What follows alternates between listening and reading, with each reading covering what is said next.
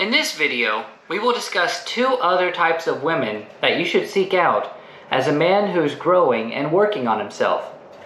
Some may consider this cruel, especially if they are women who do not fit these metrics, but if you are the kind of man who deserves a good woman, the woman also needs to work to deserve you.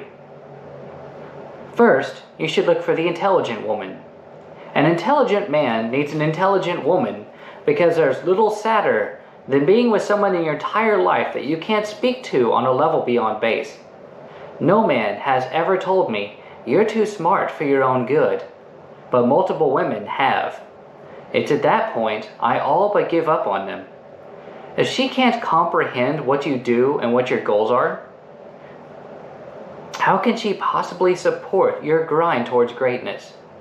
Men can get companionship nearly anywhere, so if that's what you're looking for, start a hobby, get new friends, or a pet.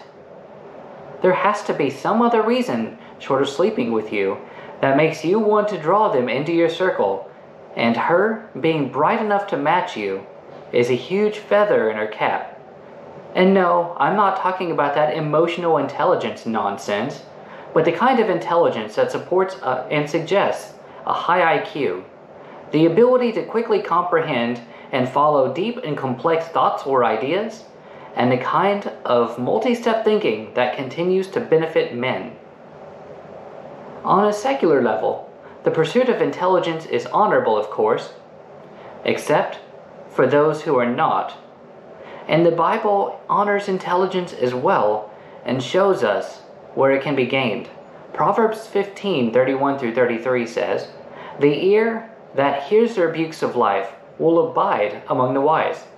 He who disdains instruction despises his own soul, but he who heeds rebuke gets understanding. The fear of the Lord is in the instruction of wisdom, and before honor is humility." He or she who disdains instruction despises their own soul. Cut and dry, right? Those who reject intelligence do so at the detriment of their own life. Why would you, as a good man, want to be with someone like that? A second woman I'd like us to consider is a woman who loves and respects her father. There is a reason the term daddy's girl exists. You can almost tell right away which women have strong fathers in their lives that they love and respect versus those who don't. As a little girl, they see how their fathers are treated.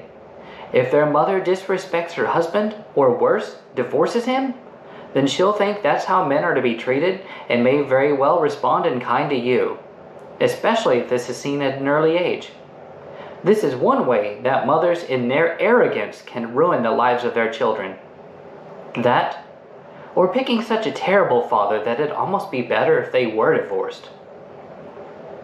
A little girl who sees and respects her father, who is an active role in her life, will learn the importance of boundaries, will be better suited to handle conflicts, and will in general be more socially wise and self-assured.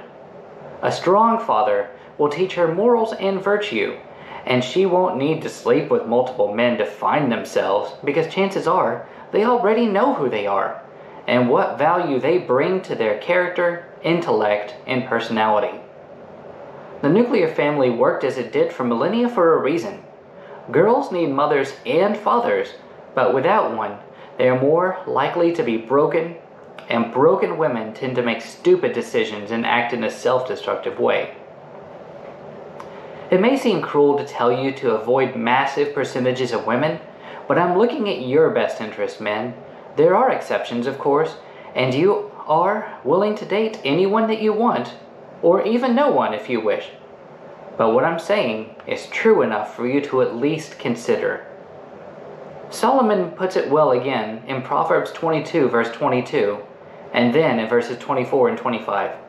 "Listen to your father who begot you, and do not despise your mother when she is old.